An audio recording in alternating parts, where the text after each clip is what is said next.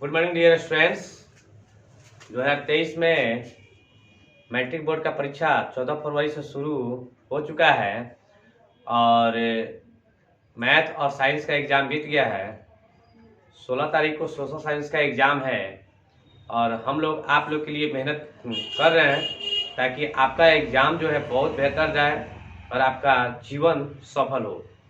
तो इसी शब्दों के साथ मैं आज से सोशल साइंस के क्लास स्टार्ट कर रहा हूं, जो एक ही वीडियो में सारे ऑब्जेक्टिव क्वेश्चन आपको देखने को मिलेंगे और जो भी प्रश्न मिलेंगे वो मैट्रिक बोर्ड में पूछा हुआ प्रश्न आपके सामने लेकर आए हैं। जो हर साल मैट्रिक बोर्ड में वो प्रश्न जो है अल्टरनेट करके पूछते रहता है।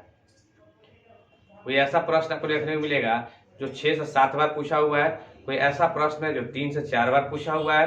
तो आप लोग सभी प्रश्न को एकदम बिल्कुल 1 घंटा के लिए ध्यान को केंद्रित कर देख लीजिएगा। शायद हो सकता है कि इसमें से मैट्रिक बोर्ड परीक्षा में ये प्रश्न आपके सामने आ जाए। तो ऐसा ना हो कि आपके सामने आ जाए और आपसे छूट जाए, ये हम लोग नहीं चाहेंगे। तो हम लोग यही चाह रहे हैं कि आप लोग मेरे वीडियो को देखें और मन लगाकर पढ़ाई करें। तो आइए हम शुरू करते हैं। लेकिन अभी तक आप मेरे चैनल को सब्सक्राइब नहीं किए हैं तो जल्दी से इसे सब्सक्राइब कर लीजिए और बेल आइकन के बटन को दबा दीजिए। इसे लाइक और शेयर भी कीजिए। आइए देखते हैं क्वेश्चन नंबर 1 क्या कहता है।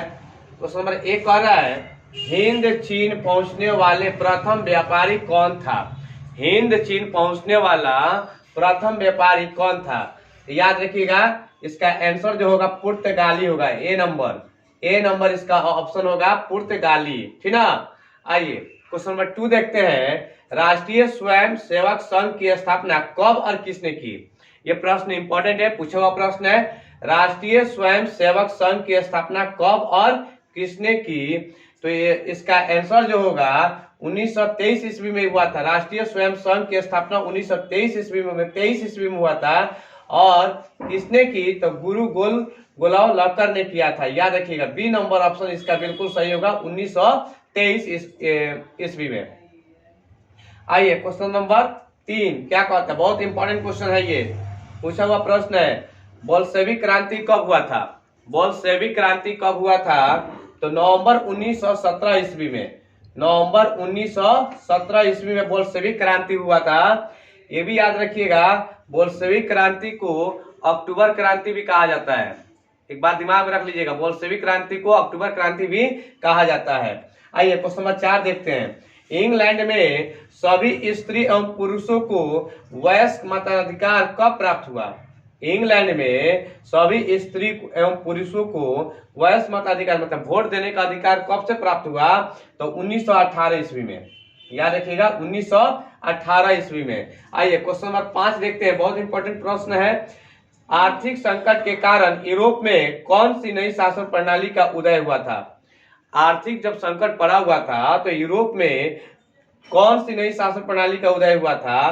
तो याद रखिएगा, 5 का ए नंबर ऑप्शन होगा फांसीवादी नाजीवादी शासन। फांसीवादी नाजीवादी शासन, ठीक ना। आइए क्वेश्चन नंबर 6 देखते हैं। किसने कहा मुद्रण ईश्वर की दी गई महानतम देन है, सबसे बड़ा तोहफा है? मतलब जो पैसा है ईश्वर की दी गई महानतम देन है, यह सबसे बड़ा हमारे लिए तोहफा, ये किसने कहा था? तो याद रखिएगा, इसका जो आंसर होगा आपका मार्टिन लूथर होंगे। कौन होंगे? Martin Luther. याद रखिएगा, मार्टिन लूथर, यही इन्होंने कहा था कि मुद्रण जो है ईश्वर की दी गई महानतम देन है, यह हमारे लिए सबसे बड़ा तोहफा है। आइए क्वेश्चन नंबर 7 देखते हैं। क्वेश्चन नंबर 7 कहता है, सोपानी किस राज्य में प्रचलित है? सोपानी कृषि जो होता है ना, किस राज्य में प्रचलित है? तो याद रखिएगा, 7वां का आपका आंसर जो होगा सी नंबर होगा, उत्तराखंड। कौन सा होगा? उत्तराखंड होगा, ठीक ना। 7वां का सी नंबर होगा, ऑप्शन उत्तराखंड होगा। आइए क्वेश्चन नंबर 8 देखते हैं।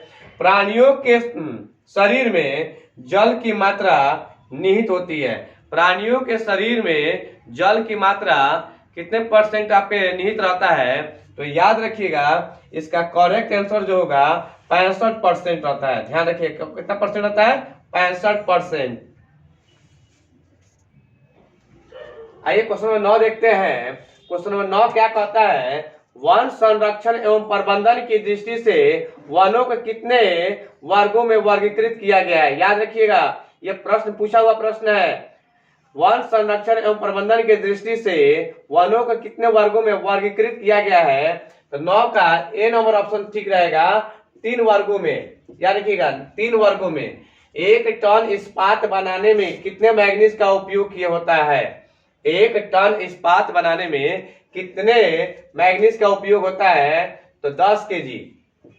ठीक ना। आइए क्वेश्चन नंबर 11 देखते हैं। कोयला का सर्वोत्तम प्रकार कौन सा है। कोयला का सर्वोत्तम प्रकार कौन सा है।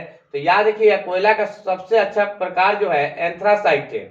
सबसे अच्छा प्रकार कौन है, एंथ्रासाइट है। और कोई अगर आपसे पूछ देता है कि सबसे खराब कौन सा है, तो पीट होता है। कोयला कितने प्रकार के होते हैं, तो 4 प्रकार के होते हैं। सबसे ज्यादा कोयला किस राज्य में मिलता है, तो याद रखिए झारखंड में मिलता है। ठीक ना, इतना तो आपको क्लियर कर दिए। आइए क्वेश्चन नंबर 12 देखते हैं। भारतीय अंतर्देशीय जल मार्ग प्राधिकरण का गठन किस वर्ष किया गया था। याद रखिएगा भारतीय अंतर्देशीय जल मार्ग प्राधिकरण का गठन किस वर्ष किया गया था। ये क्वेश्चन 2-3 बार पूछा हुआ है, इस पे आप लोग फोकस कीजिएगा। 12 का आपका डी नंबर ऑप्शन सही होगा, 1986 ईस्वी में। क्वेश्चन ध्यान से देखिएगा, थोड़ा सा अल्टरनेट है लेकिन याद तो करना ही पड़ेगा। भारतीय अंतर्देशीय जल मार्ग प्राधिकरण का गठन किस वर्ष किया गया था, तो 1986 ईस्वी में। आइए क्वेश्चन नंबर 13 देखते हैं। 2001 की जनगणना के अनुसार 2001 के जनगणना के अनुसार बिहार की नगरीय आबादी है। बिहार में नगरीय आबादी कितना है किसके अनुसार, 2001 के जनगणना के अनुसार तो 10.5%। याद रखिएगा 10.5% जो है 2001 के जनगणना के अनुसार बिहार की नगरीय आबादी है, मतलब 2। ठीक है। क्वेश्चन नंबर 14 देखते हैं। निम्न व्यक्तियों में से कौन लोकतंत्र में रंग भेद के विरोधी नहीं थे। निम्न व्यक्तियों में से कौन लोकतंत्र में रंग भेद के विरोधी नहीं थे। महात्मा गांधी तो रंग भेद की नीति में थे। तो दक्षिण अफ्रीका में वहां पे उनको गोरा काला का भेदभाव हुआ था महात्मा गांधी के साथ, ठीक ना। तो ये तो रंग भेदी में थे। आपका करेक्ट आंसर होगा मार्टिन लूथर। याद रखिएगा इसमें कौन नहीं थे, विरोधी कौन नहीं थे, मतलब उसमें कोई इससे तालमेल नहीं था, तो मार्टिन लूथर थे। याद रखिएगा क्वेश्चन निम्न व्यक्तियों में कौन लोकतंत्र में रंग भेद के विरोधी नहीं थे, तो मार्टिन लूथर। आइए क्वेश्चन नंबर 15 संघ सरकार का उदाहरण है। यह क्वेश्चन 6-7 बार पूछा हुआ है, हो सकता है इस बार भी आपके सामने आ जाए। संघ सरकार का उदाहरण है, आपका आंसर जो होगा अमेरिका। याद रखिएगा क्या होगा, अमेरिका होगा। आपके बुक में कहीं इधर छपा हुआ देखने को मिलता है ग्रेट ब्रिटेन मिलता है, लेकिन वो गलत लिखा हुआ है। आपका करेक्ट आंसर होगा संघ सरकार का उदाहरण होगा अमेरिका होगा, क्योंकि अमेरिका में क्या है 50 राज्यों का संघ है, ठीक ना। 50 राज्यों का संघ है, इसलिए अमेरिका जो है संघ सरकार का उदाहरण है। ठीक है। आइए क्वेश्चन नंबर 16 देखते हैं। भारतीय लोकतंत्र में सत्ता के विरुद्ध जन आक्रोश किस दशक में हुआ था। याद रखिएगा भारतीय लोकतंत्र में सत्ता के विरुद्ध मतलब सत्ता के खिलाफ जो जन आक्रोश का मतलब होता है जनता के द्वारा जो आंदोलन चलाया जाता है, जन आक्रोश किस साल में हुआ था, तो 1970 ईस्वी में, मतलब 1970 के दशक में हुआ था, ठीक है ना। आइए क्वेश्चन 17 है, बहुत इंपॉर्टेंट प्रश्न है, ठीक ना। तो कांग्रेस की स्थापना कब हुआ था। कांग्रेस की स्थापना कब हुआ था, तो कांग्रेस की स्थापना 1885 ईस्वी में हुआ था। अगर कहीं से पूछ देता है कि कांग्रेस का जो चुनाव चिन्ह है कौन सा है, तो हाथ का पंजा छाप। याद रखिएगा हाथ का पंजा छाप। भाजपा का स्थापना कब हुआ था। भाजपा का स्थापना, भाजपा का मतलब बीजेपी, भारतीय जनता पार्टी, ठीक ना। इसका स्थापना कब हुआ था, तो 1980 ईस्वी में हुआ था। कब हुआ था, 1980 ईस्वी में। अगर इससे भी सवाल पूछ देता है कि इसका चुनाव चिन्ह कौन सा है, तो क्या बताइएगा, कमल छाप, ठीक ना। आगे देखते हैं। जदयू का स्थापना हुआ था, मतलब जदयू का स्थापना कब हुआ था? जदयू का मतलब होता है जनता दल यूनाइटेड। जदयू का मतलब होता है जनता दल यूनाइटेड। इसकी स्थापना कब हुआ था? तो इसका स्थापना जो है 1999 ईस्वी में हुआ था। कब हुआ था? 1999 ईस्वी में। लेकिन इसका भी अगर पूछ जाता है चुनाव चिन्ह क्या है, बताइए। इसका चुनाव चिन्ह तीर छाप है, तीर का निशान ऐसा लगा हुआ रहेगा, तो समझिएगा कि क्या है, जदयू का है, ठीक ना। अब आइए 20 नंबर क्वेश्चन में कह रहा है राजद का स्थापना हुआ था। राजद का मतलब होता है राष्ट्रीय जनता दल, राष्ट्रीय जनता दल। इसका स्थापना कब हुआ था? तो 1997 ईस्वी में हुआ था। कब हुआ था? 1997 ईस्वी में हुआ था। और अगर आपसे सवाल अगर कोई कर देता है कि इस वक्त अभी किसकी सरकार चल रही है, तो गठबंधन की सरकार है। और गठबंधन में कौन कौन से दल सम्मिलित है, तो आपको पता होना चाहिए राजद और जदयू को मिलाकर क्या चल रहा है, गठबंधन चल रहा है। ध्यान में रहेगा ना इस बात को। तो ये आपको यहाँ तक अभी समझ में आ गया होगा 20 नंबर। अगर आपको ये वीडियो पसंद आ रही है तो इसे लाइक और शेयर भी कीजिए, और वैसे दोस्तों के पास पहुंचा दीजिए जो दोस्त आपके समाज से बिल्कुल पढ़ाई नहीं किए हैं और उनको डर लग रहा है, तो शायद इस वीडियो के माध्यम से पूरा उनका डर खत्म कर दिया जाएगा, ठीक है ना। तो आइए हम लोग आगे क्वेश्चन देखते हैं। आगे क्वेश्चन क्या कह रहा है 21 नंबर में, चिपको आंदोलन निम्नलिखित में से किससे संबंधित है? चिपको आंदोलन निम्नलिखित में से किससे संबंधित है? तो पेड़ बचाने से। क्या है? पेड़ बचाने से। भाई अगर अच्छा पूछ देता है कि चिपको आंदोलन में की शुरुआत कब से हुई, तो 1970 ही बोलिएगा, ठीक है ना, 1970 ईस्वी में। अगर कहीं से और भी सवाल बनाना हो तो पूछ सकता है कि चिपको आंदोलन, ध्यान सुनिएगा, चिपको आंदोलन के अग्रिम नेता कौन थे, तो बताइए। सुंदरलाल बहुगुणा।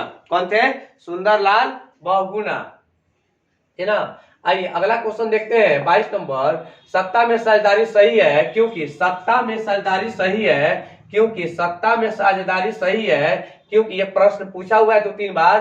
तो आइए इसका आंसर होगा सत्ता में साझेदारी है विभिन्न समुदायों के बीच टकराव को कम करती है। यही आपका आंसर होगा बी नंबर। विभिन्न समुदायों के बीच टकराव को कम करती है। क्या याद कीजिएगा, कोई पूछेगा सत्ता में साझेदारी सही है, मतलब सत्ता में अगर साझेदारी हो रही है तो कैसे आप समझ रहे हैं कि सही है, तो इसका आंसर होगा विभिन्न समुदायों के बीच, मतलब अनेक समुदायों के बीच में क्या होता है, टकराव को कम करती है, ठीक ना। आइए क्वेश्चन नंबर 23 देखते हैं। 1975 ईस्वी में भारतीय राजनीति किस लिए माना जाता है? 1975 ईस्वी में भारतीय राजनीति किस लिए जाना जाता है? तो याद रखिएगा 1975 ईस्वी में भारतीय राजनीति किस लिए जाना जाता है। तो देखिएगा अगर आपको जानकारी होगा तो अपने दादा परदादा से पूछिएगा कि 1975 में क्या हुआ था। तो याद रखिएगा 1975 में बहुत बड़ा तूफान हुआ था, जिस तूफान का नाम है, मैं आपको बताता हूं, देश में इमरजेंसी लागू हुआ था, देश में आपातकाल लागू हो गया था 1975 ईस्वी में। उस समय देश की प्रधानमंत्री श्रीमती इंदिरा गांधी थी, और वो आपातकाल 1-2 दिन के लिए नहीं लगा हुआ था, 18 महीना लगा हुआ था, ठीक ना। याद रखिएगा। तो इसका आंसर 1975 में क्या होगा? 1975 ईस्वी में भारतीय राजनीति के लिए किस लिए जाना जाता है? याद रखिएगा देश में आपातकाल लागू हुआ था, इमरजेंसी लागू हुआ था, और कितने महीने लगा हुआ था? कितना महीना? 18 महीना तक लगा हुआ था। उस समय सरकार किसकी थी, पूछ सकते हैं उस समय सरकार किसकी थी? तो कांग्रेस की थी। कांग्रेस से देश की आजादी के बाद 1947 से लेकर 1977 ईस्वी तक ऐसा एक दल था जो लगातार इतने सालों तक देश में अपना अपना प्रधानमंत्री दिया करता था। कौन? कांग्रेस। मतलब कांग्रेस का ही सरकार चली थी। कब? 1947 से लेकर 1977 ईस्वी तक। लेकिन जब देश में आपातकाल लागू हुआ था उस समय, तो उस समय श्रीमती इंदिरा गांधी का जो प्रधानमंत्री थी उनका सरकार गिर गया था, और उस वक्त एक पार्टी गैर कांग्रेसी पार्टी का गठन हुआ जिसका नाम था जनता पार्टी। 1977 ईस्वी में वह उस समय देश का सरकार बना उसमें। तो तो अगर आपको ये समझ में आ गया होगा, कोई इतना जानने की जरूरत नहीं था, लेकिन बता दिए। 1975 इसमें भारतीय राजनीति में किस लिए जाना जाता है? देश में आपातकाल लागू था। उस समय देश के प्रधानमंत्री कौन थी? 1975 में देश के प्रधानमंत्री कौन थी? श्रीमती इंदिरा गांधी थी। बस इतना याद रखिए। कितने महीनों का लगा हुआ था आपातकाल? तो 18 महीने के लिए लगा हुआ था। ठीक है ना, इतना जानकारी ले लिए ना। अब आइए 24 नंबर, भारत में गैर कांग्रेसी सरकार कब बना था? अभी जस्ट बताएं, जब इंदिरा गांधी की सरकार गिर गई थी 1975 ईस्वी में, ठीक ना, मतलब 1975 नहीं 1977 ईस्वी में इंदिरा गांधी की सरकार जब गिर गई थी, ठीक ना, श्रीमती इंदिरा गांधी की सरकार जब 1977 ईस्वी में गिर गई थी, तो उसी समय गैर कांग्रेसी सरकार, ठीक ना, का गठन हुआ था 1977 ईस्वी में। याद रखिएगा, 1975 ईस्वी में देश में आपातकाल लागू हुआ था, जो 18 महीना चला था। और 18 महीना जब चला था, तो इसका मतलब है लगभग 1.5 साल। तो 75 के लास्टली में शुरू हुआ था, 77 में शुरुआती में इनका क्या हुआ था? गिर गया था सरकार। जब सरकार गिर गया तो उस समय गैर कांग्रेसी सरकार चली थी, जो 1977 ईस्वी में हुआ था। ठीक है ना। अब आइए अगला क्वेश्चन है, भारत में 1977 ईस्वी में किस पार्टी का सरकार था? 1977 में कांग्रेस का सरकार था, लेकिन उस वक्त गिर गई। उस वक्त वो सरकार क्या हुआ? गिर गया। तब गिरा तो कौन सा सरकार बना? गैर सरकारी, गैर कांग्रेसी सरकारी सरकार बनी थी। ठीक ना। जब गैर कांग्रेसी सरकार बनी थी तो उसका नाम क्या था? उस सरकार का नाम क्या था? किस पार्टी की सरकार थी? और इसके प्रधानमंत्री कौन थे? तो भारत में 1977 ईस्वी में किस पार्टी की सरकार था और इसके प्रधानमंत्री कौन थे? तो याद रखिएगा, भारत में 1977 ईस्वी में जनता पार्टी की सरकार बनी।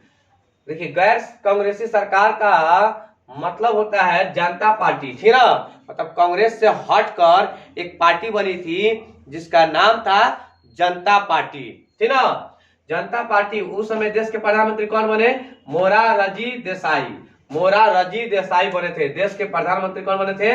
मोरारजी देसाई। चलिए 23, 24, 25 तीनों क्वेश्चन जो है एक साथ इंक्लूडिंग, एक बार फिर से हम इसको समझाते हैं। 1975 में क्या हुआ था? देश में आपातकाल लागू था। उसमें देश के प्रधानमंत्री कौन थी? श्रीमती इंदिरा गांधी। कितना महीने के लिए बना हुआ था आपातकाल? लगा था 18 महीने के लिए लगा था। 1977 ईस्वी में कांग्रेस की सरकार क्या हुआ था? गिर गया था। तो उस समय किस पार्टी की सरकार बनी? भारतीय जनता पार्टी की जनता पार्टी की सरकार बनी। भारतीय जनता पार्टी अलग है और जनता पार्टी अलग है, ये दिमाग में रखिएगा। आप यहाँ पर जनता पार्टी लिखे है ना, तो आपके दिमाग में जा रहा होगा जनता पार्टी का गठन हुआ था 1977 ईस्वी में, और अभी कुछ देर पहले मैंने बताया था भाजपा का कब हुआ था? 1980 ईस्वी में। तो जनता पार्टी को भाजपा से तुलना मत कीजिएगा, ठीक ना। तो 1977 ईस्वी में जनता पार्टी का गठन हुआ था, जिस समय देश के प्रधानमंत्री कौन हुए थे? मोरारजी देसाई। शायद अब आपको समझ में आ गया होगा, ठीक है ना। आइए क्वेश्चन 26 देखते हैं। बिहार में संपूर्ण क्रांति का नेतृत्व निम्न में से किसने किया था? देखिए, बिहार में संपूर्ण क्रांति का नेतृत्व सबसे पहले कहां से हुआ था? तो आपको बता दें, पटना से शुरू हुआ था। पटना के गांधी मैदान से शुरुआत हुआ था। जयप्रकाश नारायण, याद रखिएगा, जयप्रकाश, जिसको हम जेपी आंदोलन के नाम से जानते हैं, जेपी आंदोलन के नाम से जानते हैं, माइंड में रखिएगा। जेपी जयप्रकाश नारायण। और कोई पूछ देता है कि बताइए संपूर्ण क्रांति कब हुआ था, ठीक ना, तो याद रखिएगा 1974 ईस्वी में। इसे बगल में ही लिख दिए हैं, ठीक है ना, इसमें बगल में ही लिख दिए हैं जयप्रकाश नारायण। कोई पूछता है बिहार में संपूर्ण क्रांति का नेतृत्व निम्न में किसने किया था? तो जयप्रकाश नारायण। कब हुआ था? तो 1974 ईस्वी में, ठीक ना, पटना के गांधी मैदान, याद रखिएगा। 27 नंबर क्वेश्चन देखते हैं। नर्मदा घाटी परियोजना किस से राज्यों से संबंधित है? मतलब नर्मदा जो घाटी परियोजना है उसको कौन कौन से राज्य जो है को फायदा हो रहा है उसको बताना है नर्मदा घाटी परियोजना से। तो आपको बता दें, इसका आंसर जो होगा सी नंबर होगा, गुजरात, महाराष्ट्र, मध्य प्रदेश। गुजरात, महाराष्ट्र, मध्य प्रदेश, ठीक ना। याद रखिएगा, गुजरात, महाराष्ट्र, मध्य प्रदेश, किसके कारण? नर्मदा घाटी परियोजना। तो गुजरात, महाराष्ट्र, मध्य प्रदेश, ठीक है, ये तो समझ में आपको आ गया। 28 नंबर क्वेश्चन कह रहा है, निम्न में किसे लोकतंत्र का भगवान कहा जाता है। भगवान का कहने का मतलब हुआ प्राण कहा जाता है। तो राजनीतिक दल को, किसको? राजनीतिक दल को। ठीक है, आइए 29 नंबर क्वेश्चन देखते हैं। दल बदल कानून निम्न में से किस पर लागू होता है? दल बदल कानून निम्न में किस पर लागू होता है? देखिए इसका आंसर हो जाएगा सांसदों और विधायकों पर। सांसदों और विधायकों पर ये कानून क्या होता है? लागू होता है। आइए क्वेश्चन नंबर 30 देखते हैं। निम्न में से कौन अर्थव्यवस्था के प्राथमिक क्षेत्र से संबंधित है? निम्न में से कौन अर्थव्यवस्था के प्राथमिक क्षेत्र? प्राथमिक क्षेत्र का मतलब होता है प्राथमिक क्षेत्र का मतलब जो पहला कौन सा प्रधान होता है? तो याद रखिएगा, सबसे पहले हमारे देश में कृषि क्षेत्र है, ठीक ना। कृषि क्षेत्र को प्राथमिक क्षेत्र कहा जाता है, क्योंकि आपको पता है कि भारत हमारा गांव का देश है। गांव में लोग क्या काम करते हैं कि खेती बाड़ी का काम करते हैं, मतलब कृषि का काम करते हैं। तो प्राथमिक क्षेत्र है कृषि है। अगर कोई आपसे पूछ देता है कि द्वितीयक क्षेत्र बताइए, तो औद्योगिक क्षेत्र हो जाएगा द्वितीयक। औद्योगिक क्षेत्र जो हो जाएगा द्वितीयक, और सेवा क्षेत्र किस में आता है? तृतीयक। तीसरा नंबर पे तृतीय आता है, ठीक ना। मैं एक्स्ट्रा भी बताते चल रहा हूं ताकि आपके दिमाग में प्रवेश होते जाए। अच्छा, ये तो कॉमन सेंस वाला क्वेश्चन है, सब कोई जानते हैं। जिस देश की प्रति व्यक्ति आय अधिक हो, मतलब जिस देश में प्रति व्यक्ति अगर आय अधिक होता है तो वह देश क्या कहलाता है? अर्ध विकसित होता है कि अविकसित होता है कि विकसित होता है कि इनमें से कोई नहीं? तो याद रखिएगा, तो कॉमन सेंस वाला बात है। जहां पैसा अधिक मिलता है, हर आदमी पैसा ज्यादा कमाता है, तो वह देश क्या होगा? आगे बढ़ेगा ही, मतलब विकसित। क्या हो जाएगा? विकसित। ठीक है ना। 31 नंबर हो गया। 32 नंबर क्वेश्चन देखते हैं। बिहार के किस जिले में प्रति व्यक्ति आय सबसे अधिक है? बिहार के किस जिले में प्रति व्यक्ति आय सबसे अधिक है? तो याद रखिएगा, हाँ, पटना। क्या हो जाएगा? पटना। अगर कहीं आपसे क्वेश्चन पूछ दे कि बिहार के किस जिले में प्रति व्यक्ति आय सबसे कम है, सबसे अधिक है तो पटना, और सबसे कम है तो क्या होगा? शिवहर। शिवहर हो गया ना। याद रखिएगा इस पे। अगर आपको वीडियो पसंद आ रहा है तो इसे लाइक और शेयर कीजिए, ठीक ना। और वैसे दोस्तों के पास पहुंचा दीजिए जो दोस्त है तो ये चीज में दिक्कत हो रही है, बहुत क्लियर करके समझाया जा रहा है। शायद अगर मेरा वीडियो अगर आप देख लेते हैं तो मैं गारंटी लेता हूं कि आपके समाज का एग्जाम बहुत बेहतर होगा। आइए हम लोग देखते हैं क्वेश्चन नंबर 33 देखते हैं। आधुनिक युग में अर्थव्यवस्था के क्षेत्र में होने वाली सबसे बड़ी क्रांति कौन सी थी? ठीक ना, ये सभी कोई जानते हैं, औद्योगिक क्रांति। याद रखिएगा कौन सा थे? औद्योगिक क्रांति। और कहाँ शुरुआत हुई थी? तो ब्रिटेन में। ठीक है, ध्यान रखिएगा इस बात को। अगला क्वेश्चन जो दिया है, भूमंडलीकरण की शुरुआत किस दशक में हुई? भूमंडलीकरण की शुरुआत किस दशक में हुई थी? तो भूमंडलीकरण की शुरुआत 1990 ईस्वी में हुआ था। ठीक है, आइए क्वेश्चन नंबर 35 देखते हैं। गुटेनबर्ग ने सर्वप्रथम किस पुस्तक की छपाई की? गुटेनबर्ग ने सर्वप्रथम किस पुस्तक की छपाई की? तो बाइबिल। सी नंबर पे क्या हो जाएगा? बाइबिल हो जाएगा। ठीक है, आइए क्वेश्चन नंबर 36 देखते हैं। विश्व में सर्वप्रथम मुद्रा की शुरुआत कहाँ हुई? विश्व में सर्वप्रथम मुद्रा की शुरुआत कहाँ हुई थी? तो याद रखिएगा, जहां से शुरुआत कोरोना का हुआ था वहीं से मुद्रण का भी शुरुआत हुआ था। ठीक ना, तो कोरोना समझ गए होंगे, चीन। क्या हो जाएगा? चीन। मेढक के प्रजनन प्रक्रिया को बाधित करने वाला रसायन है। देखिए क्या होता है, धान की जब खेती होती है ना, तो देखिएगा धान की खेती के समय में मेढक जो होता है ना, खेतों में क्या करते हैं? टर टर की आवाज करते रहते हैं। जब ये टर टर की आवाज करते हैं ना, तो इससे क्या होता है, वहाँ जो किसान होते हैं उनको लगता है कि इनकी प्रजनन दर नहीं बढ़ाए। ठीक ना, तो प्रजनन दर को खत्म करने के लिए, तो उनकी जनसंख्या वृद्धि नहीं बढ़े, तो उसमें क्या किया जाता है, खेतों में एड्रीन करके, हाँ, एंड्रीन नामक रसायन क्या करते हैं? छिड़ दिया जाता है। तो मेढक की प्रजनन प्रक्रिया को बाधित करने वाला रसायन का नाम क्या है? एंड्रीन है। याद रखिएगा। 38 नंबर क्वेश्चन कह रहा है, बिहार में अति जल दोहन से भूमिगत जल में किस तत्व का संकेंद्रण होता है? देखिए, भले हम लोग बिहार में पानी का खपत ज्यादा हो रहा है, लेकिन बाहर राज्यों में चले जाइए तो पानी अगर कोई खर्च भी कर रहा है पानी और कोई बर्बाद करने के बारे में 10 बार सोच रहा है, 10 बार सोच रहा है। ठीक है ना, इसलिए आप लोग इस बात का ख्याल करेंगे, इस बात का ख्याल करेंगे कि कैसे हम लोग पानी को बचाएं। ठीक है ना। आज बिहार में इतना ना पानी का मतलब निकला है, इतना पानी का खपत हो रहा है, जिसके कारण इसमें आयरन की मात्रा अधिक ले लिया है। तो देखते होंगे कपड़ा धुलाता होगा तो देख रहे होंगे कि लाल लाल कलर का थोड़ा थोड़ा टाइप में होने लगता है। ठीक है ना। तो इसका आंसर जो होगा, बिहार में अति जल दोहन से भूमिगत जल में किस तत्व का संकेंद्रण है, तो आर्सेनिक। याद रखिएगा आर्सेनिक। 39 नंबर क्वेश्चन कह रहा है संविधान की धारा 21 का संबंध है। ध्यान दीजिएगा, संविधान की धारा 21 का संबंध यही कहता है कि वन्य जीव तथा प्राकृतिक संसाधनों के संरक्षण में, मतलब वनों की कटाई नहीं करना है, वनों की रक्षा करना है और जीव जंतुओं को भी क्या करना है, रक्षा करना है। ये संविधान की 21 की धारा में। तो इसका B number option, C number option आपका क्या हो जाएगा, सही हो जाएगा। वन्य जीवों तथा प्राकृतिक संसाधनों के संरक्षण में ये 21 धारा में है। ठीक है ना। आइए 40 नंबर क्वेश्चन क्या कहता है, बिहार के कितने प्रतिशत भौगोलिक क्षेत्र में वन का फैलाव है। बिहार के कितने प्रतिशत भौगोलिक क्षेत्र में वन का फैलाव है। देखिए वनों की अनाधुन कटाई से और जनसंख्या वृद्धि के कारण, ठीक है ना, याद रखिएगा वनों का जो क्षेत्र है बहुत कम हो चुका है। ठीक है ना।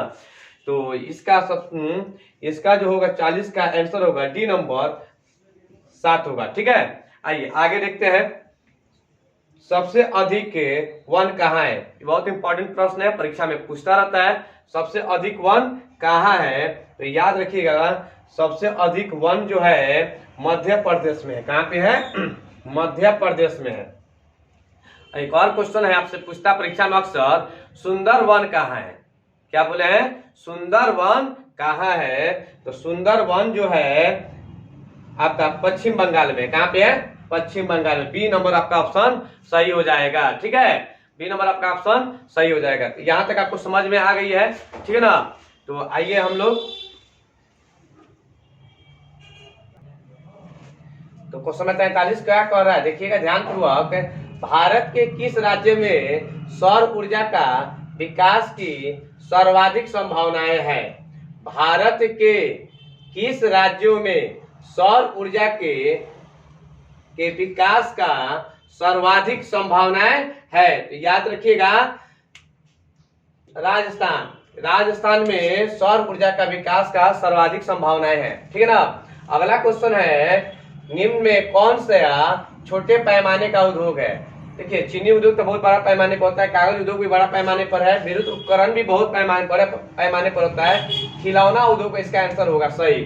44 का आपका खिलौना उद्योग होगा। निम्न में कौन सा छोटे पैमाने का उद्योग है, तो खिलौना उद्योग। ठीक है। आइए 45 नंबर क्वेश्चन देखते हैं, देश में कितने विशेष आर्थिक क्षेत्र विकसित हैं।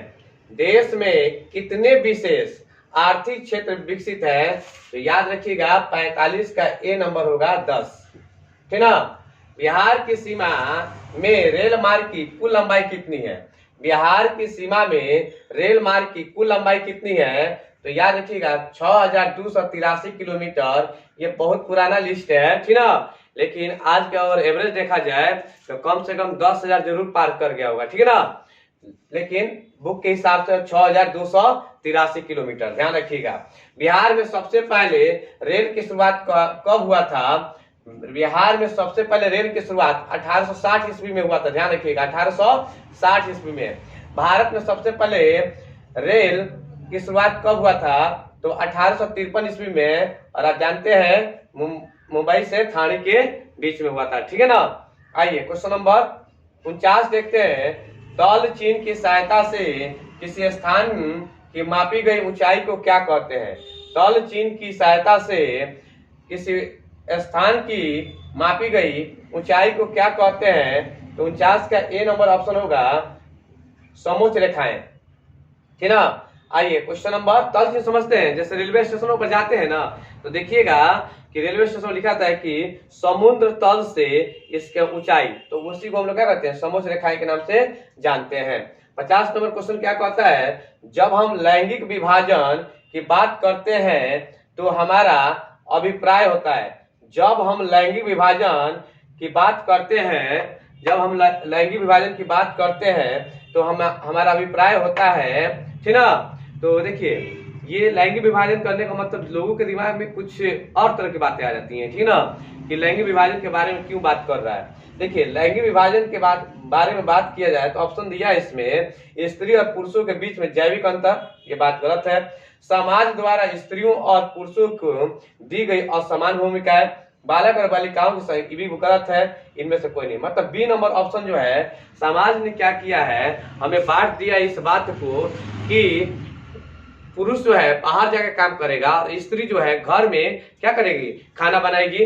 तो ये सारा चीज कौन दिया है, तो समाज वाले दिए है। तो बी नंबर ऑप्शन आपका बिल्कुल सही होगा, समाज द्वारा स्त्रियों और पुरुषों की दी गई असमान भूमिकाएं हैं। बी नंबर आपका ऑप्शन क्या हो जाएगा, सही हो जाएगा।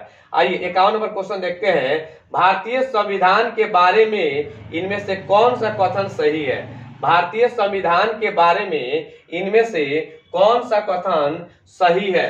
51 का, ठीक ना, ठीक हम नहीं मारना भूल गए हैं। 50 का जो होगा बी नंबर ऑप्शन होगा। 51 का लिखिए, भारतीय संविधान के बारे में इनमें से कौन सा कथन सही है। तो याद रखिएगा इसका जो कथन होगा, यह धर्म के आधार पर भेदभाव क्या करता है, नहीं करता है। महिलाओं के मतदान के अधिकार का अभाव होता है, नहीं, ये भी बात गलत है। यह एक धर्म को राजकीय धर्म बनाता है, ये भी बात गलत है, ठीक ना। तो आइए हम लोग देखते हैं, यह एक धर्म को, ठीक ना, यह एक धर्म को राजकीय धर्म बनाता है। बी नंबर देखिए, महिलाओं के मतदान के अधिकार का अभाव है। सी नंबर देखिए, यह धर्म के आधार पर भेदभाव करता है। देखिए पहले क्वेश्चन समझिएगा, क्वेश्चन क्या बोला है, भारतीय संविधान,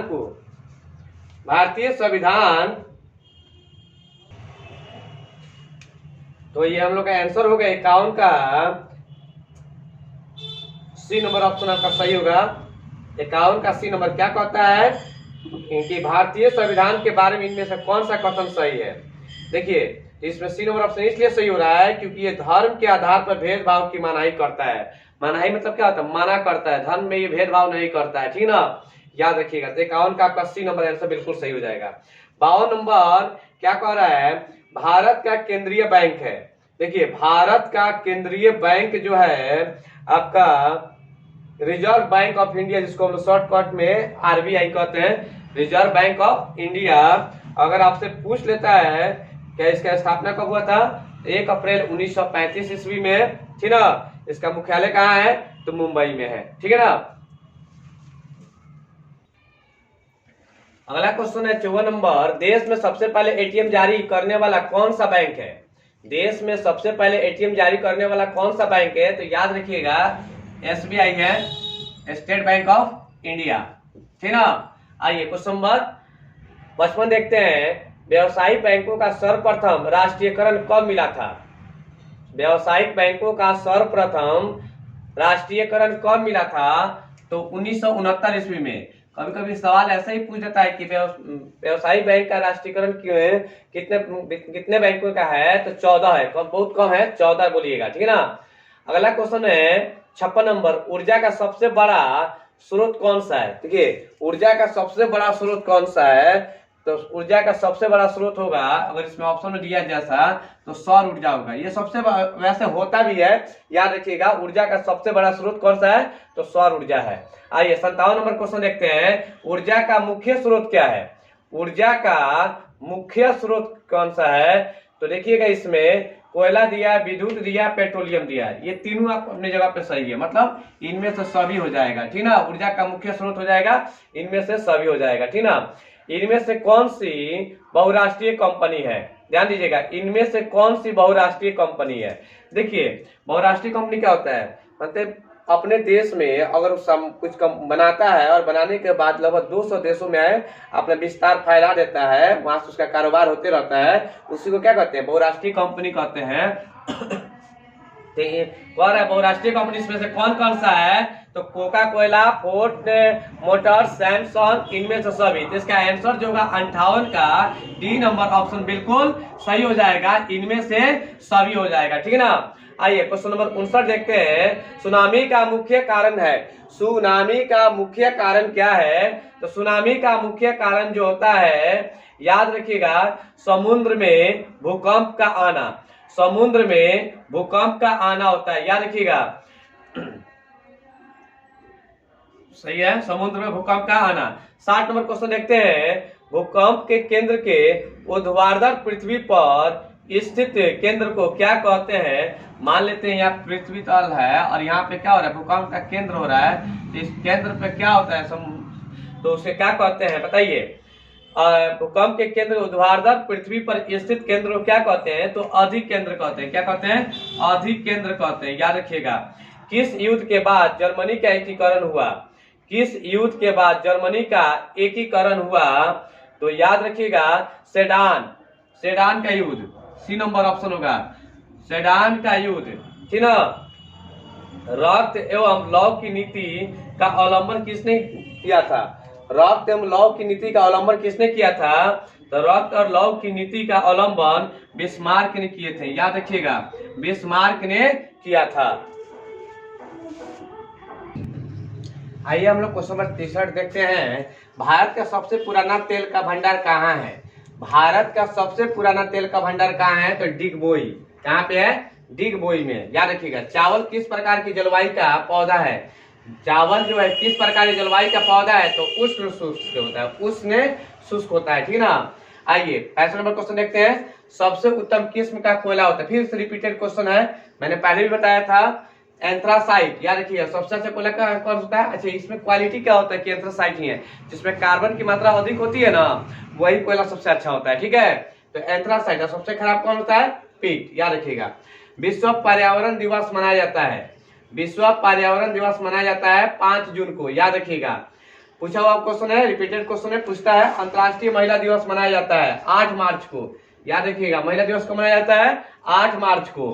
फिर उसके बाद यह मजदूर दिवस मनाया जाता है तो 1 मई को, याद रखिएगा। मजदूर दिवस कब मनाया जाता है? 1 मई को। एड्स दिवस मनाया जाता है 1 दिसंबर को, याद रखिएगा। एड्स दिवस कब मनाया जाता है? 1 दिसंबर को। कंप्यूटर दिवस कब मनाया जाता है? तो 2 दिसंबर को, ध्यान रखिएगा। कंप्यूटर दिवस कब मनाया जाता है? 2 दिसंबर को। 71 नंबर दिया है। राष्ट्र युवा दिवस कब मनाया जाता है? राष्ट्र युवा दिवस कब मनाया जाता है? तो ध्यान दीजिएगा, इस पे कब होगा बताइए। 12 जनवरी है कि 13 जनवरी है कि 14 फरवरी है कि 12 फरवरी है? तो याद रखिएगा 12 जनवरी को राष्ट्र युवा दिवस मनाया जाता है। कब? 12 जनवरी को राष्ट्र युवा दिवस मनाया जाता है, ठीक है ना। शहीद दिवस मनाया जाता है, शहीद दिवस कब मनाया जाता है? तो 30 जनवरी को शहीद दिवस मनाया जाता है, ठीक है ना। 73 नंबर क्वेश्चन देखते हैं। परिवहन के साधनों में सबसे सस्ता परिवहन कौन सा है? मतलब यही एक सबसे अच्छा साधन है जहाँ पे फ्री में आप कहीं जा सकते हैं, वो आप जानते हैं, जल। मतलब फ्री मतलब नहीं, थोड़ा सा कम पैसा लगता है उससे, ठीक ना। तो पैसा कम लगता है तो जल के माध्यम से हम क्या कर सकते हैं, कहीं भी कम सस्ता में कहीं भी इधर उधर जा सकते हैं। तो जल संसाधन, याद रखिएगा। 73 के सी नंबर। आइए क्वेश्चन नंबर 74 देखते हैं। भारत में किस खनिज का अभाव है? भारत में किस खनिज का अभाव है? तो याद रखिएगा, भारत में लेड, लेड का मतलब होता है शीशा, क्या क्या है? अभाव है। आइए, कांवर झील किस जिले में स्थित है? कांवर झील किस जिले में स्थित है? तो बेगूसराय, याद रखिएगा। बेगूसराय में कांवर झील क्या है? स्थित है। सुनामी किस स्थान पर आती है? रिपीटेड प्रश्न है, फिर से मैं आपको दोहरा रहा हूं। तो सुनामी जो होता है, देखिए समुद्र में जो उत्पन्न जो भी होता है ना, समुद्र में जो प्रॉब्लम होना शुरू हो जाता है, समुद्र में एक तरह से भूकंप जन आता है, उसे क्या कहते हैं? सुनामी कहते हैं। सुनामी से कितने तरंगे निकलती हैं? याद रखिए 3, याद रखिएगा इस बात को। तो सुनामी किस स्थान पर आती है? तो समुद्र में, याद रखिए बी नंबर। निम्न में कौन सी प्राकृतिक आपदा नहीं है? निम्न में कौन सी प्राकृतिक आपदा नहीं है? देखिए तो आपका आतंकवाद, आतंकवाद जो है प्राकृतिक आपदा में नहीं है। 78 नंबर क्वेश्चन लिखिएगा। बृहद क्षेत्र में जल की उपस्थिति के कारण ही पृथ्वी को क्या कहते हैं? बृहद क्षेत्र में मतलब जहां जल ज्यादा दिखे तो जल तो उसे बृहद क्षेत्र में जल की उपस्थिति के कारण ही पृथ्वी को क्या कहते हैं? तो पृथ्वी को हम जानते हैं नीला ग्रह के नाम से जानते हैं, नीला ग्रह, ठीक है ना। पृथ्वी को अक्सर हम जानते हैं कि पृथ्वी में क्या होता है, ज्यादा पानी है, और ज्यादा पानी है तो इसका मतलब है उसे हम नीला ग्रह के नाम से जानते हैं। ये 79 नंबर क्वेश्चन कहता है सूचना का अधिकार अधिनियम कानून कब लागू हुआ था? सूचना का अधिकार अधिनियम कानून कब लागू हुआ था? तो याद रखिएगा 2005 ईस्वी में। बहुत इंपॉर्टेंट प्रश्न है, ये पूछा हुआ प्रश्न है, इसको देख लीजिएगा 2005 ईस्वी में आता है। उसके बाद 80 नंबर क्वेश्चन सूचना का अधिकार अधिनियम कानून सर्वप्रथम किस राज्य में लागू हुआ था? सर्वप्रथम किस राज्य में लागू हुआ था? तो याद रखिएगा राजस्थान में। ठीक है। वर्तमान में नेपाल की शासन प्रणाली क्या है? तो वर्तमान में नेपाल की शासन प्रणाली लोकतंत्र है, ठीक ना। और शुरू में पूछेगा नेपाल में शासन प्रणाली कैसा था, तो क्या बताइएगा शुरू में? तो राजतंत्र। ठीक है। आइए 81 नंबर क्वेश्चन देखते हैं। राजनीतिक दलों की मान्यता और उसका चिन्ह किसके द्वारा दी जाती है? मतलब राजनीतिक दलों की मान्यता और जो उसका जो चिन्ह होता है वो किनके द्वारा दी जाती है? तो याद रखिएगा निर्वाचन आयोग के द्वारा। किसके द्वारा? निर्वाचन आयोग के द्वारा। आइए 82 नंबर क्वेश्चन देखते हैं। भारतीय संविधान के अनुच्छेद 19 में देश के सभी नागरिकों को कौन सा मूल अधिकार दिया गया है? इसमें याद रखिएगा समानता का अधिकार दिया गया है। किसमें? 82 के ए नंबर में समानता का अधिकार। देखिए समानता का अधिकार क्या होता है जानते हैं ना? जैसे मानते कहीं गए, किसी क्षेत्र में गए, सरकारी संस्थाओं पर गए हुए हैं और वहां पे लाइन लगा हुआ है, वहां पे लाइन लगा हुआ है और मानते हैं कि जब लाइन लगा है तब पहले लाइन पर खड़े हैं, ठीक ना। पहले नंबर लाइन पर आप खड़े हैं, पहले का स्थान पर है। उस समय क्या होगा, कोनो अमीर परिवार का आदमी है, कह रहा है तुम हटो, हम अमीर है, हम आगे रहेंगे। तो ऐसा नहीं है। अमीर गरीब जो भी है आप अपने घर के हैं, ठीक ना, बट बाहर में सब कोई एक जैसा है, इसलिए समानता का अधिकार दिया गया है। तो याद रखिएगा संविधान से जुड़ा हुआ अनुच्छेद में जो भी पूछता है 1-2 नंबर का प्रश्न इससे रहता है तो रहता है, ठीक ना। आइए क्वेश्चन नंबर 83 देखते हैं। टीपू सुल्तान शासक थे, कहाँ के शासक थे? तो मैसूर के। याद रखिएगा टीपू सुल्तान मैसूर के शासक थे। आइए देखिए जालियांवाला बाग हत्याकांड कब हुआ? जालियांवाला बाग हत्याकांड कब हुआ था?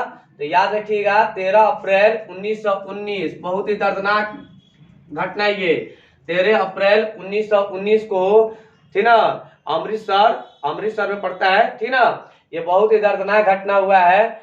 जो जनरल डायर ने क्या किया था? अनाधुन गोलियां बरसा दिया था। आज वहां पर आप जाइएगा ना, मैं तो गया हूं देखने के लिए, जब आप वहां जाइएगा ना तो कुआं है, ठीक ना, उस कुएं में लोग अपनी जान बचाने के लिए छलांग मार दिए थे। मतलब एक के एक ऊपर दब के, मतलब बहुत लोग मारे गए। उसी तरह आज भी जाइएगा तो वहां पे दीवार में छेद है, गोली टाइप में दिखा रहा है, ठीक ना। तो इस तरह की घटना अक्सर होता है। तो क्वेश्चन, अगला क्वेश्चन कह रहा है कि जनरल ओ डायर को किसने मारा था? सही किया, कोई मार दिया तो मारने वाला आदमी था उधम सिंह, ठीक ना, ठीक किया, मार दिया तो उधम सिंह ने। किसको? जनरल ओ डायर के। जनरल ओ डायर ने क्या किया था? गोली बरसाया था। कहां पे? जालियांवाला बाग हत्याकांड में, ठीक ना। और कोई पूछेगा कि जालियांवाला बाग हत्याकांड के बाद कौन सा समिति लागू किया गया था? तो हंटर समिति। याद रखिएगा हंटर समिति। आइए क्वेश्चन नंबर 86 आपको बताते हैं। निम्न नदियों में से किसे बिहार का शोक कहा जाता है? बिहार का शोक नदी किसे कहते हैं? या कोसी क्या है? तो बिहार का शोक नदी है। याद रखिएगा बिहार का शोक नदी कोसी को कहते हैं। आइए देखते हैं सिखों के 10वें गुरु का नाम क्या है? जानते होंगे सिखों के 10वें गुरु का नाम गुरु गोविंद सिंह है, ठीक ना। तो इसमें प्रश्न है कि सिखों के 10वें गुरु और अंतिम गुरु भी वही है, गुरु गोविंद सिंह। और 10वें नंबर गुरु भी कौन है? गुरु गोविंद सिंह का जन्म बिहार के किस नगर में हुआ था? तो पटना में। याद रखिएगा कहाँ पे? पटना में। आइए क्वेश्चन नंबर 88 इंपॉर्टेंट क्वेश्चन है, पूछता है परीक्षा में। अंकोर वाट के मंदिर का निर्माण किस शासक के द्वारा करवाया गया था? अंकोर वाट के मंदिर का निर्माण किस शासक के द्वारा करवाया गया था? सूर्यवर्मन द्वितीय। याद रखिएगा अंकोर वाट का मंदिर कहाँ स्थित है? तो कंबोडिया में। याद रखना कहाँ पे? कंबोडिया में। अंकोर वाट का मंदिर किस देवता के लिए समर्पित है? तो भगवान विष्णु, ठीक ना, भगवान विष्णु के लिए। अंकुर वाट का मंदिर किस देवता के लिए समर्पित है? तो भगवान विष्णु के लिए। पंचायती राज व्यवस्था सर्वप्रथम किस राज्य में लागू किया गया था? पंचायती राज व्यवस्था सर्वप्रथम किस राज्य में लागू किया गया था? तो बी नंबर में, राजस्थान। याद रखिएगा राजस्थान में पंचायती राज व्यवस्था सर्वप्रथम लागू किया गया था। आइए अगला क्वेश्चन देखते हैं 92 नंबर। निम्न में कौन पंचायती राज व्यवस्था, देखिए अगर पंचायती राज व्यवस्था के बारे में बात करना चाह रहे हैं तो इसमें पंचायती राज व्यवस्था 3 स्तरीय होता है। पहला नंबर होता है ग्राम पंचायत, जो ग्राम स्तर पर देखा जाता है। दूसरा नंबर पंचायत समिति, पंचायत लेवल पर देखा जाता है। और तीसरा नंबर होता है जिला परिषद, जिला स्तर पर देखा जाता है। ठीक ना, तो याद रखिएगा 3 ही स्तर होते हैं और तीनों स्तर यहाँ पे दिया हुआ है, तो इसका मतलब डी नंबर ऑप्शन क्या हो जाएगा, इनमें से सभी हो जाएगा। ठीक है, आइए हम लोग क्वेश्चन नंबर 93 देखते हैं। योजना आयोग को भंग करके कौन सा आयोग बना था? योजना आयोग को भंग करके कौन सा आयोग बना था? तो हम जानते हैं नीति आयोग। कब बना था? तो 2015 में। अगर कोई आपसे पूछ देता है कि योजना आयोग कब बना था, तो 15 मार्च 1950 ईस्वी को। याद रखिएगा, योजना आयोग कब बना था? 15 मार्च 1950 ईस्वी को। और योजना आयोग को भंग करके कौन सा आयोग बना था? तो नीति आयोग। और कब बना था? तो 2015 ईस्वी में। ठीक है ना। आइए क्वेश्चन नंबर 94 देखते हैं। निम्न में कौन बीमारू राज्य है? निम्न में कौन बीमारू राज्य है? तो देखिए इसमें निम्न में कौन सा बीमारू राज्य है? 94 का क्या हो जाएगा आपका? बी। ठीक ना, मध्य प्रदेश। अगला क्वेश्चन है, यूरेनियम का प्रमुख उत्पादन केंद्र है। तो 94 नंबर क्वेश्चन था कि निम्न में कौन बीमारू राज्य है? तो याद रखिएगा, बीमारू कह रहा है तो बीमारू बिहार, मध्य प्रदेश, उड़ीसा, ये तीनों होता है। ठीक है ना, तो इनमें से सभी हो जाएगा, डी नंबर। ठीक है, आता है 95 नंबर क्वेश्चन। यूरेनियम का प्रमुख उत्पादक केंद्र है। यूरेनियम का प्रमुख उत्पादन केंद्र है तो जादूटोना में हम लोग कहते हैं ना, जादूटोना नहीं समझिएगा, जादूगोड़ा। ठीक है, याद रखिए 95 का ए नंबर ऑप्शन सही होगा। ठीक है, अगला क्वेश्चन कह रहा है, लोकतंत्र की सफलता निर्भर करता है। लोकतंत्र की सफलता किस पर निर्भर करता है? तो नागरिकों की विवेकपूर्ण सहभागिता पर। याद रखिएगा, नागरिकों की विवेकपूर्ण सहभागिता पर। आइए क्वेश्चन नंबर 97 देखते हैं। किसने कहा बिहार के विकास के बिना भारत का विकास संभव नहीं है? याद रखिएगा, बहुत अच्छा पॉइंट है। किसने कहा बिहार का अगर विकास नहीं हो रहा है तो भारत का विकास संभव नहीं है? तो डॉक्टर एपीजे अब्दुल कलाम ने कहा था। याद रखिएगा, डॉक्टर एपीजे अब्दुल कलाम ने कहा था।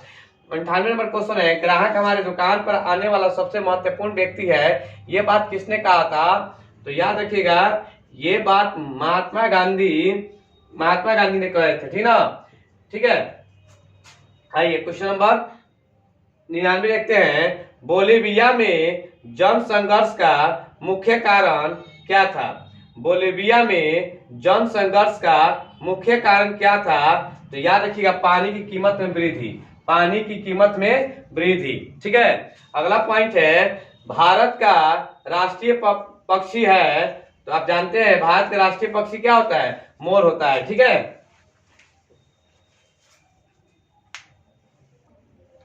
आइए क्वेश्चन नंबर 101 देखते हैं। संजय गांधी जैविक उद्यान किस नगर में स्थित है? तो हम लोग गए हैं पटना में, चिड़ियाघर देखने जाते हैं लोग, नहीं जाते हैं लोग? तो कहाँ पे है? पटना में है। ठीक ना, आइए वेदों की ओर लौटो नारा किसने दिया था? वेदों की ओर लौटो नारा स्वामी दयानंद सरस्वती जी ने दिए थे। याद रखिएगा। उसके बाद गुटेनबर्ग का जन्म कहाँ हुआ था? गुटेनबर्ग का जन्म कहाँ हुआ था? तो डी नंबर आपका आंसर होगा, जर्मनी। सांप्रदायिकता राजनीति आधारित होती है। देखिए, सांप्रदायिकता का मतलब ही होता है, जैसे इलेक्शन के टाइम में होता है तो लोग कहते हैं कि तुम हिंदू हो तो मुस्लिम को वोट क्या दोगे, तुम मुस्लिम हो तो हिंदू को वोट क्या दोगे। तो सांप्रदायिकता क्या करता है? धर्म पर लड़वाता है। ठीक ना, तो याद रखिएगा 104 का ए नंबर आंसर जो होगा धर्म पर होगा। आइए 105 नंबर देखते हैं। निम्नलिखित उद्योगों में से कौन सी कृषि पर आधारित नहीं है? तो याद रखिएगा, सीमेंट जो है कृषि पर आधारित नहीं है। वार एंड पीस की रचना किसने की थी? तो लियो टॉलस्टॉय ने किए थे। वार एंड पीस की रचना लियो टॉलस्टॉय ने किए थे। आइए 7वां नंबर क्वेश्चन है, चावल है। यह अक्सर प्रश्न पूछते रहता है, चावल है तो चावल जो है खरीफ फसल होता है। अगला क्वेश्चन है, गेहूं है तो गेहूं कौन सा फसल होता है? रबी फसल होता है। याद रखिए, गेहूं जो है रबी फसल है। कोई पूछता है कि भारत के मुख्य खाद्यान्न फसल कौन सी है? तो भारत के मुख्य खाद्यान्न फसल चावल है। क्या है? क्योंकि भारत में सबसे ज्यादा खाने वाले लोग क्या खाते हैं?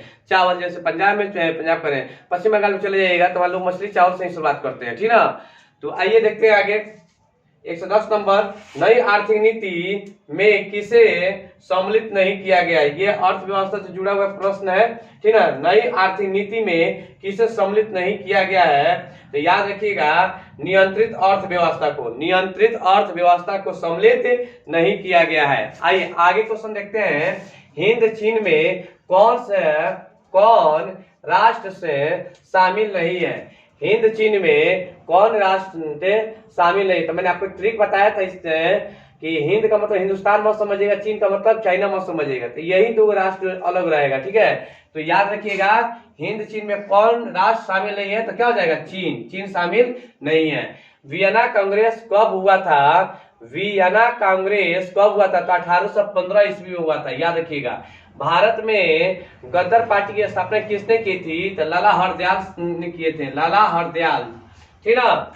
द्वितीय विश्व युद्ध के बाद यूरोप में किस संस्था का उदय आर्थिक दुष्प्रभावों को समाप्त करने के लिए किया गया था? याद रखिएगा, यूरोप में द्वितीय विश्व युद्ध के बाद यूरोप में किस संस्था का उदय आर्थिक दुष्प्रभाव को समाप्त करने के लिए किया था? मतलब यूरोप जब दूसरा विश्व युद्ध 1939 से 1945 तक चला था, तो उस समय जब खत्म हुआ था तो सभी देशों के पास क्या हुआ था? आर्थिक स्थिति बहुत कमजोर हो गई थी, और उस समय यूरोपीय देशों में क्या किया गया? एक संघ बनाया गया था, ठीक ना, आर्थिक स्थिति को दूर करने के लिए। तो मतलब हो सकता है यूरोपीय संघ, इसका आंसर क्या होगा? यूरोपीय संघ होगा।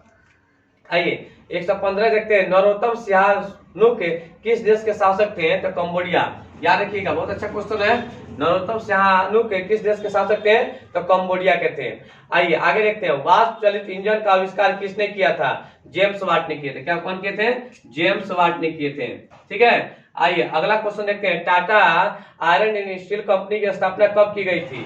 Tata iron and steel company की स्थापना कब की गई थी? तो 1907 ईस्वी में, झारखंड में कहा? जमशेदपुर में, ठीक है ना। आइए अगला क्वेश्चन है, गोलघर कहाँ है? तो गोलघर आप सबको पता है कि गोलघर पटना में है। अच्छा, गोलघर किस लिए बना था? आपको सबको पता है, गोलघर जो है अनाज रखने के लिए बना हुआ था, ठीक है ना। प्रश्न पूछेगा तो आप बता दीजिएगा। अगला क्वेश्चन है 119 नंबर। किस अमेरिकी राष्ट्रपति ने न्यू डील लागू की थी? किस अमेरिकी राष्ट्रपति ने न्यू डील लागू की थी? तो FD रूजवेल्ट, याद रखिएगा, FD रूजवेल्ट। अगला क्वेश्चन है, नेपोलियन संहिता किस वर्ष लागू की गई?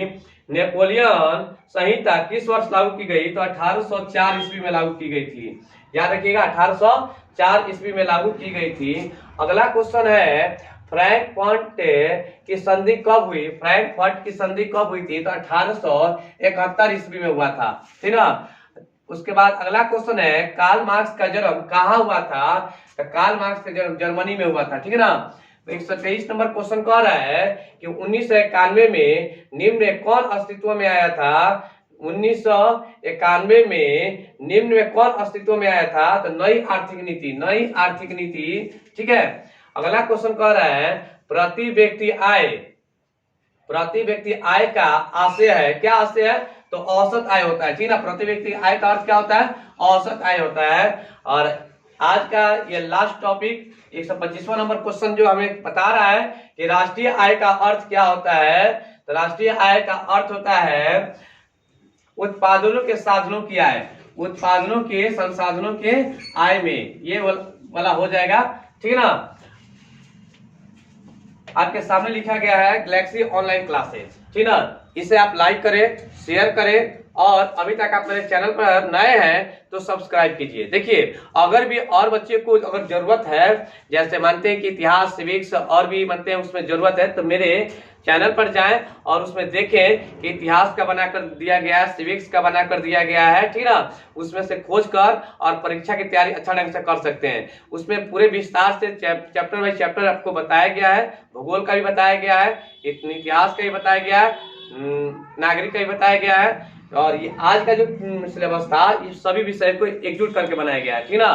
तो अगर आपको विषय वार चाहिए तो मेरे लिंक पर ओके कीजिएगा, या मेरे मैसेज कीजिएगा, कमेंट कीजिएगा कि हाँ सर मुझे चाहिए, लिंक डाल दीजिए, तो मैं आपके व्हाट्सएप नंबर हो या डिस्क्रिप्शन में मैं क्या करूंगा, डाल दूंगा, आप उससे भी लेकर पढ़ सकते हैं, ठीक है ना।